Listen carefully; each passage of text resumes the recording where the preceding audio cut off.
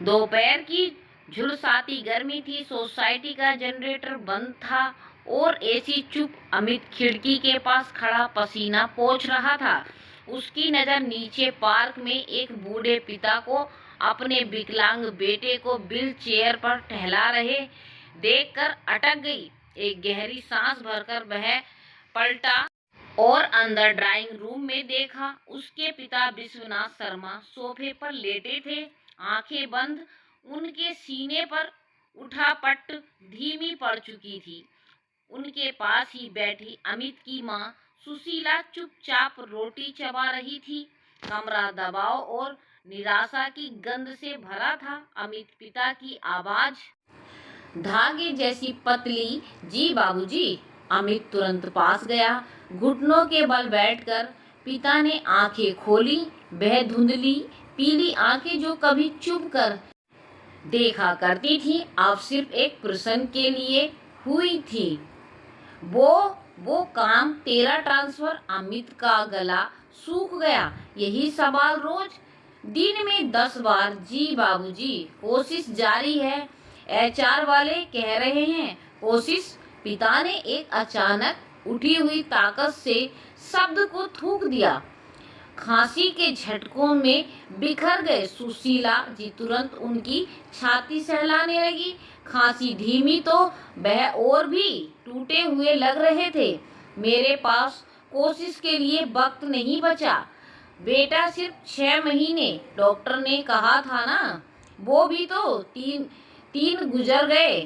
अमित नीचे देखकर खड़ा रहा। उसका ट्रांसफर दिल्ली से अपने इस शहर आगरा में लाने की कोशिश पिछले 1 साल से चल रही थी। पदोन्नति की थी, पैसा था, करियर था, और यहाँ थी मौत का इंतजार करती एक जर्जर देह जिसे अपने इकलौते बेटे का साया चाहिए था। आज मैं तय करूंगा, पिता ने फिर कहा, आवाज में एक अजीब दृढ़ता। सुशीला, वो मेरी वसीयत वाला फाइल ला दो, नीले कवर वाला। माँ चौकी, अभी तुम ठीक नहीं हो। कल आज उन्होंने जोर दिया और उस एक शब्द ने सारी शेष ऊर्जा झोंक दी। माँ उठकर अलमारी की ओर गई। अमित का दिल जोर से धड़क रहा था। वसीयत, उसे बुरा सा एहसास हुआ। पिता ने अपनी सारी जमा पूंजी, घर, बैंक बैलेंस, सब कुछ अमित के नाम कर दिया था जब वह कॉलेज में था। फिर अब माँ फाइल लेकर आई। पिता ने कांपते हाथों से एक पन्ना निकाला। यह वसीयत नहीं, एक सादा पेपर था जिस पर हाथ से लिखी पंक्तियां थी। सुनो अमित, पिता ने कहा। उनकी नजर सीधी थी। ये मेरी आखिरी मर्जी है। इसमें लिखा है कि मेरे बाद तुम्हें क्या करना है। अमित ने पन्ना लिया। पहली पंक्ति पढ़ते ही उसके हाथ कांप उठे। मेरी मृत्यु के बाद मेरी देह को दान कर देना किसी मेडिकल कॉलेज को। ना तो अंतिम संस्कार, ना श्राद्ध, ना मुंडन, ना कर्मकांड। बाबूजी, ये क्या लिख दिया? अमित की आवाज बैठ गई। सुशीला जी का चेहरा सफेद पड़ गया। वह बेहोश सी सोफे के हत्थे पर जा झुकी। वो सब ढोंग है बेटा, पिता ने कहा। सांसें तेज चल रही थी। जीते जी जो नहीं दे पाया, मरने के बाद क्या थोपूं? मेरी देह कम से कम किसी डॉक्टर बनने वाले बच्चे के काम आएगी, यही मेरी अंतिम इच्छा है। पर लोग क्या कहेंगे? अमित का स्वर उच्च हो गया कि बेटा इतना बड़ा ओहदे पर है और बाप को दफनाने तक का पैसा नहीं, कि घर वाले तो पता नहीं क्या है। तुझे लोगों से मतलब है या मुझसे? पिता की आंखें सिकुड़ गईं। एक लंबी खामोशी छा गई। सिर्फ पुरानी घड़ी की टिक टिक सुनाई दे रही थी। सुनो, ये मत करो। सुशीला जी फूट फूट कर रोने लगी। तुम्हारी आत्मा को शांति नहीं मिलेगी। शांति? पिता ने कड़वी हंसी हंसी जो फिर खांसी में बदल गई। सुशीला 35 साल साथ रहे, जीते जी कब मिली शांति? ऑफिस के कर्ज में डूबे रहे, इसके पढ़ाई के लिए सब कुछ गिरवे रखा। शांति उस दिन मिलेगी जब मैं जानूं कि मेरा बेटा मुझे भूलकर भी अपनी जिंदगी जी रहा है। उन्होंने अमित की ओर देखा। मेरी माँ को समझाना मेरी जिम्मेदारी है, पर मैं नहीं बदलूंगा। अगर मेरी औलाद है तो मेरी इस आखिरी मर्जी का पालन करना। वह थक कर बंद आंखें करके लेट गए। बातचीत खत्म। उस रात अमित की नींद उचटती रही। वही पंक्तियां आंखों के सामने तैरती, बचपन की यादें टूटी फूटी फिल्म की रील की तरह चलने लगी। वह दिन जब पिता ने अपनी नई साइकिल बेचकर उसका स्कूल का सालाना फीस भरा था। वह रात जब बुखार में तपते अमित के लिए पिता बिना कोट के सर्दी में दवा लेने दौड़ पड़े थे। और वह पल जब इंजीनियरिंग के एडमिशन के लिए पिता ने अपनी प्राइवेट फंड की सारी रकम निकाल ली थी। बस यह कहकर तेरा आगे बढ़ना ही मेरी रिटायरमेंट प्लान है बेटा। पर उस आगे बढ़ने ने उन्हें 1000 मील पीछे छोड़ दिया था। दिल्ली की भागम भाग प्रोजेक्ट्स, ईएमआई, पिता का लाइलाज बीमारी के पहले 2 साल तो अमित सिर्फ पैसे भेज पाया था। फोन पर ही हालात पूछता। सब ठीक है माँ का हमेशा का जवाब होता। जब वह आखिरी बार घर आया और अस्पताल में पिता को देखा तो वह सदमे में रह गया। वह हृदय पुष्ट गर्भ से सीना ताने चलने वाले पिता एक छरहरे भूसे जैसे शरीर में सिमट गए थे। उस दिन पहली बार पिता ने उसका हाथ पकड़कर कहा था, बेटा यही होती है उपेक्षा की सजा। समय किसी का इंतजार नहीं करता। शब्द तीर की तरह चुभे थे। उपेक्षा, क्या वह सचमुच उपेक्षा थी या जिम्मेदारी की मजबूरी? अमित के मन में उलझन का एक गुबार था जो आज उस वसीयत के पन्ने ने और सघन कर दिया था। अगले कई दिन तक घर में सन्नाटा पसरा रहा। पिता बहुत कम बोलते, सिर्फ दवा लेते, खाते और खिड़की से बाहर आकाश की ओर देखते रहते। माँ चुपचाप रोती रहती। अमित ऑफिस में के वर्क फ्रॉम होम मीटिंग्स में उलझा रहता, पर ध्यान कहीं टिकता नहीं था। एक शाम जब माँ पूजा कर रही थी, अमित पिता के पास बैठ गया। उनकी हालत और बिगड़ रही थी। बाबूजी, अमित ने हिम्मत जुटाकर कहा, ये बॉडी दान वाली बात, क्या इसके पीछे कोई गुस्सा है मुझसे, मेरी अनुपस्थिति से? पिता ने धीरे धीरे आंखें खोली। उनकी नजर में गुस्सा नहीं, एक गहरी अथक पीड़ा थी। गुस्सा नहीं बेटा, निराशा है अपने आप से कि एक पिता होकर भी मैं तुझे यहाँ बांध नहीं सकता। तेरी दुनिया अलग है, पर मैं मरने के बाद भी इस घर की दीवारों में कैद नहीं रहना चाहता। ना कर्म कांड के नाम पर, ना यादों के नाम पर। मेरी देह का एक अणु अणु नया जीवन दे, यही मेरी विदाई होगी। तुझसे बस इतनी ही उम्मीद है। उस रात अमित ने इंटरनेट पर बॉडी दान की प्रक्रिया देखी। फॉर्म, सहमति पत्र, मेडिकल कॉलेज से संपर्क, एक ठंडी यांत्रिक प्रतिक्रिया। उनकी रोंगटे खड़े हो गए। उनकी अपनी स्मृतियों में पिता का स्पर्श गरम जीवांत था। वह हाथ में जो उसे स्कूल छोड़ने जाते हुए थामता था, वह पीठ जिस पर वह बचपन में चढ़ जाता था, उसे कैसे वह एक स्पेसिमेन में बदल सकता था। एक हफ्ते बाद पिता की हालत अचानक बहुत बिगड़ी। उन्हें आईसीयू में भर्ती करना पड़ा।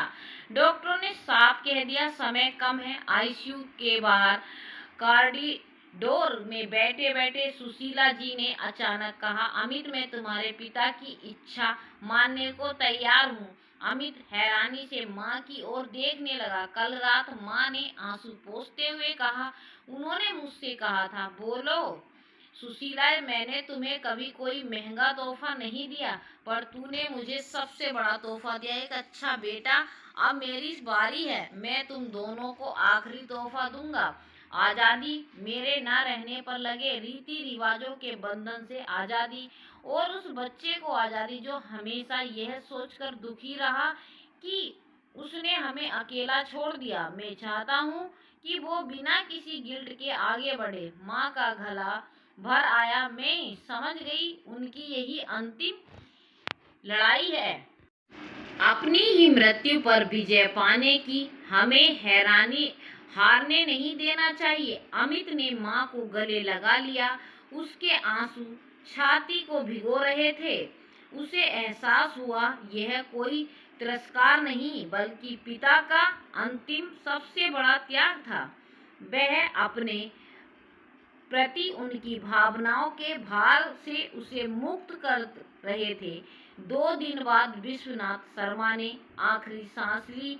उनका चेहरा आश्चर्यजनक रूप से शांत था, जैसे कोई लंबी लड़ाई जीतकर सो गया हो। अमित ने फोन निकाला।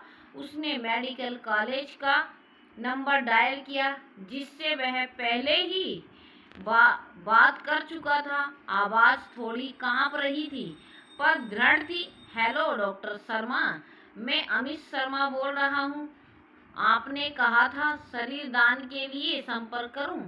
मेरे पिता अभी अभी स्वर्गवास हुए हैं। फोन पर दिशा निर्देश मिले। कोई भीड़ भाड़ नहीं, कोई चिंता नहीं। एक सादा सफेद एम्बुलेंस आई। 2 पुरुष एक स्ट्रेचर पर सफेद चादर ओढ़ी एक देह ले गए। सुशीला जी ने आखिरी बार पति के माथे को छुआ। अमित ने उनके पैर छुए। जैसे ही एम्बुलेंस गेट से बाहर निकली, अमित का सीना भारी हो गया। एक विचित्र खालीपन छा गया। कोई अंतिम संस्कार नहीं होगा, कोई अस्थियां संचय नहीं, कोई मुंडन नहीं, बस एक फॉर्मेलिटी पूरी हुई थी। वह अंदर आया। माँ पूजा घर में बैठी थी, देवी देवताओं के सामने दिया जला रही थी। माँ, अमित ने पूछा। माँ मुड़ी। उनके चेहरे पर शोक था, पर एक अजीब सी स्वीकार्यता भी। कहते हैं ना, उन्होंने कहा, जो देता है वही सच्चा पिता होता है। तुम्हारे पिता ने तुमको जीवन भर दिया। अमित बार भी देकर गए। अमित अपने कमरे में गया। उसकी नज़र डेस्क पर पड़ी, जहां पिता का एक पुराना फोटो फ्रेम था, अमित की एजुकेशन के दिन का। पिता गर्व से सीना ताने खड़े थे, हाथ उसके कंधे पर। तभी उसकी नज़र एक पीले रंग की एक लिफाफे पर पड़ी, जिसके अंदर एक कागज पे कुछ लिखा हुआ था। पिता की ही लिखावट थी, शायद कुछ साल पहले की, जब हाथ ज्यादा कांपते नहीं थे। प्रिय अमित, तू ये पढ़ रहा है तो शायद मैं नहीं रहा, और तूने शायद मेरी अंतिम इच्छा मान ली। धन्यवाद। पर एक बात याद रखना, जिस शरीर को तूने दान कर दिया वो सिर्फ एक खोल था। असल में मैं तुझ में हूँ। मेरी आंखें तुझ में देखती हैं, मेरी महत्वाकांक्षाएं तुझ में सांस लेती हैं। तू जहाँ भी जाए मैं तेरे साथ हूँ, बस खुश रहना। बाबूजी। अमित का सर झुक गया। अमित पर आंसू की बूंदें गिरकर स्याही को थोड़ा फैला रही थी। उसे पहली बार महसूस हुआ कि पिता की मौत एक अंत नहीं बल्कि एक विस्तार थी। वह अब सिर्फ एक स्मृति नहीं बल्कि अमित के भीतर बसी एक जीवंत शक्ति थे।